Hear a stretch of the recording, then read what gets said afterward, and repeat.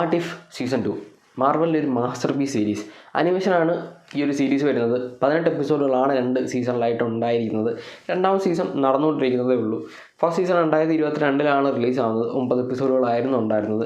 ഒരു അടിപൊളി സീരീസ്, അതായത് മാർവലിൻ്റെ ഒരു ഡാർക്ക് പീരീഡ് വന്നിട്ട് മാർവലിനെ രക്ഷിച്ച ഒരു സീരീസ് ആയിരുന്നു വാട്ട് ഇഫ് എന്ന് പറയുന്നത്.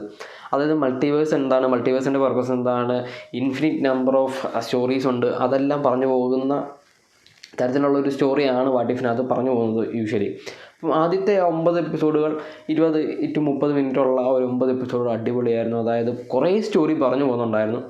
അപ്പം അത് വീക്കിലി വെനസ്ഡേ ഒരു എപ്പിസോഡ് വെച്ചിട്ടായിരുന്നു റിലീസ് ആയിക്കൊണ്ടിരുന്നത്. പക്ഷേ രണ്ടാം സീസൺ വന്ന സമയത്ത് ഡെയിലി ഒരു എപ്പിസോഡ് വെച്ചിട്ട് 9 ദിവസം കണ്ടിന്യൂസ് ആയിട്ട് സ്ട്രീം ചെയ്യുന്ന അല്ലെങ്കിൽ എയർ ചെയ്യുന്നൊരു പരിപാടിയാണ് ചെയ്തുകൊണ്ടിരിക്കുന്നത്. എന്നാലും 7 എപ്പിസോഡുകളാണ് ഇപ്പം റിലീസ് ചെയ്തത്. 7ാമത്തെ എപ്പിസോഡ് കണ്ടിട്ടാണ് ഞാനൊരു റിവ്യൂ ചെയ്യുന്നത്. കാരണം 9 കണ്ടിട്ട് ചെയ്യാനുള്ള ക്ഷമ എനിക്കില്ലാത്തതുകൊണ്ടാണ് ഞാൻ 7 കണ്ടിട്ട് ചെയ്തത്. എന്തായാലും കണ്ട 7 മാസ്റ്റർ പീസ് തന്നെയാണ്. കാരണം കഴിഞ്ഞ സീസണിൽ ടോണി സ്റ്റാർക്കിനെ നന്നായിട്ട് ഇൻഫ്ലുവൻസ് ചെയ്യുന്നില്ല, നന്നായിട്ട് ഇൻക്ലൂഡ് ചെയ്യുന്നില്ല എന്ന് പറയുന്നൊരു പരാതി ഉണ്ടായിരുന്നു. പക്ഷേ ഈ ഒരു സീസൺ വന്നപ്പോഴത്തേക്ക് ടോണി സ്റ്റാർക്കുണ്ട്, സ്റ്റാർക്ക് ടവറുണ്ട്, എല്ലാവരും ഉണ്ട്. ക്യാപ്റ്റൻ അമേരിക്ക ഉണ്ട്, ക്യാപ്റ്റൻ മാർവലുണ്ട്, എല്ലാവരും ഉള്ള ഈവൻ എല്ലാവരും ഒരു കിടിലൻ സ്റ്റോറിയുണ്ട്. അതായത് വാട്ട് ഇഫ് പറഞ്ഞു പോകുന്നത് എന്താണെന്ന് വെച്ച് കഴിഞ്ഞാൽ, നമ്മൾ ഓൾറെഡി കണ്ട സ്റ്റോറികൾ വേറൊരു പെർസ്പെക്റ്റീവിൽ വന്നു കഴിഞ്ഞാൽ, അതായത് ഇൻഫിനിറ്റ് നമ്പർ ഓഫ് സ്റ്റോറീസ് ഉണ്ടല്ലോ, അതായത് പോസിബിലിറ്റീസ് ഉണ്ട്. അപ്പോൾ അതാണ് മൾട്ടിവേഴ്സ് എന്ന് പറയുന്നത്. ഒരു സ്റ്റോറിയെ പലതരത്തിൽ പല പെർസ്പെക്റ്റീവിൽ എടുത്തു കഴിഞ്ഞാൽ പല രീതിയിലായിരിക്കും സ്റ്റോറി പോകുന്നത്. അങ്ങനെ പല രീതിയിൽ വന്നു കഴിഞ്ഞാൽ എങ്ങനെ സംഭവിക്കും വാട്ട് ഇഫ് എന്നുള്ളത് നമുക്ക് അറിയാവുന്നതാണ്.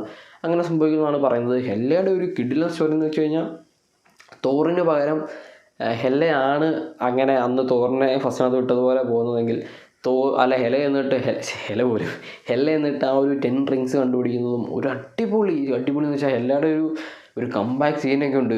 ഒരു രക്ഷയില്ലെന്ന് പറഞ്ഞാൽ ഒരു രക്ഷയില്ലാത്ത ഐറ്റമാണ്. അതേപോലെ തന്നെ ടോണി സ്റ്റാർക്കിൻ്റെ ഒരെണ്ണമുണ്ട്. ക്രിസ്മസ് ഡേയുടെ അന്ന് ഒരു ക്രിസ്മസ് സ്പെഷ്യൽ എപ്പിസോഡ് ഉണ്ടായിരുന്നു, ഹാപ്പി എൻ്റയർ ക്രിസ്മസ് സേവ് ചെയ്യുന്നത്. അത് ഒരു രക്ഷയില്ല. സ്റ്റാർക്ക് ടവറിനകത്തൊക്കെ വെച്ച് കാണിക്കുന്നത് ഒരു കിടിലൻ സാധനമാണ്. ഈ ഒരു സീരീസ് കാണാതിരിക്കാനുള്ള പ്രധാന കാരണം, പലരും കാണാതിരിക്കാനുള്ള കാരണം ആനിമേഷനാണ് എന്നുള്ളതുകൊണ്ടാണ്. പക്ഷേ നിങ്ങളൊരു കാര്യം ഓർക്കണം, ഈ ഒരു സീരീസ് ആനിമേഷൻ അല്ലാതെ ലൈവ് ആക്ഷനായിട്ട് ചെയ്യുകയാണെങ്കിൽ ഒരു 3 അവഞ്ചേഴ്സ് ചെയ്യാനുള്ള കാശ് വേണ്ടി വരും. കാരണം അത്രയും വലിയൊരു കാസ്റ്റ് വേണ്ടി വരും ഈ ഒരു സാധനം ചെയ്യാനായിട്ട്. അത്രയും ഒരു VFX ലെവലൊക്കെ വേണ്ടി വരും. കാരണം അങ്ങനെയാണ് സ്റ്റോറി പറഞ്ഞു പോകുന്നത്.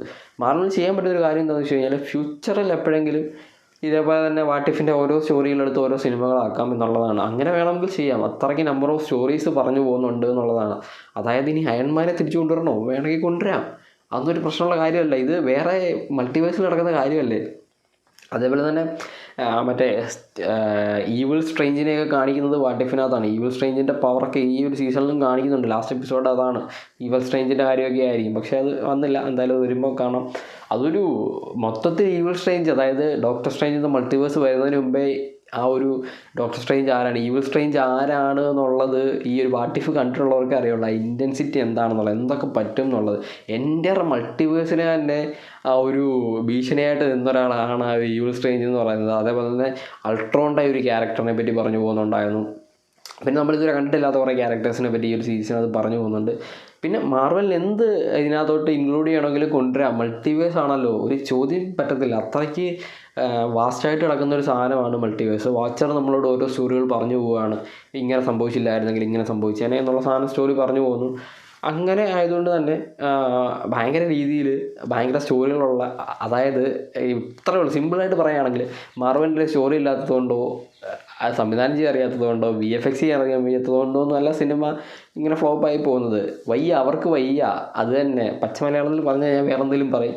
വയ്യാത്തതുകൊണ്ടാണ്. ഒരു ആനിമേഷൻ സീരീസ് ഇത്ര മനോഹരമായിട്ട് ചെയ്യാൻ പറ്റുമെങ്കിൽ സിനിമ എന്തുകൊണ്ട് captain Marvel, miss Marvel, the Marvels ഒക്കെ കാണിച്ചു വെച്ചേക്കുന്നത് എന്താണ്? Lost collection, lost rating. ഇപ്പോൾ ഇതൊക്കെ എനിക്കൊരു ഫാൻസിന് മടുത്തെന്ന് തോന്നി. ഇവർക്ക് കാശ് കണ്ടപ്പം ഒരു എന്താണ് അഹങ്കാരം എന്നൊക്കെ പറയില്ലേ, DCU അവിടെ നിർത്തിപ്പോയി. ഇപ്പോഴെങ്കിലും മാർവൽ ഇതൊക്കെ ഇങ്ങനെ ഒന്ന് അഡ്ജസ്റ്റ് ചെയ്ത് ശരിയാക്കി വന്നില്ലെങ്കിൽ വിഷയമാവും എന്നുള്ളതാണ് എനിക്ക് പറയാനുള്ളത്. എന്തായാലും വാട്ട് ഇഫ് ഒരു അടിപൊളി സീരീസാണ്. നിങ്ങൾ ഒരിക്കലും ആനിമേഷനാണ് എന്ന് പറഞ്ഞിട്ട് മിസ് ചെയ്യരുത്. മിസ് ചെയ്യാണ്ട് കാണേണ്ട ഒരു സീരീസ് കൂടിയാണ് വാട്ട് ഇഫ്. അപ്പം നമുക്ക് അടുത്തൊരു എപ്പിസോഡിൽ വരാം. അടുത്തൊരു വീഡിയോയിൽ കാണാം. അതുവരെ ബൈ ഗൈസ്.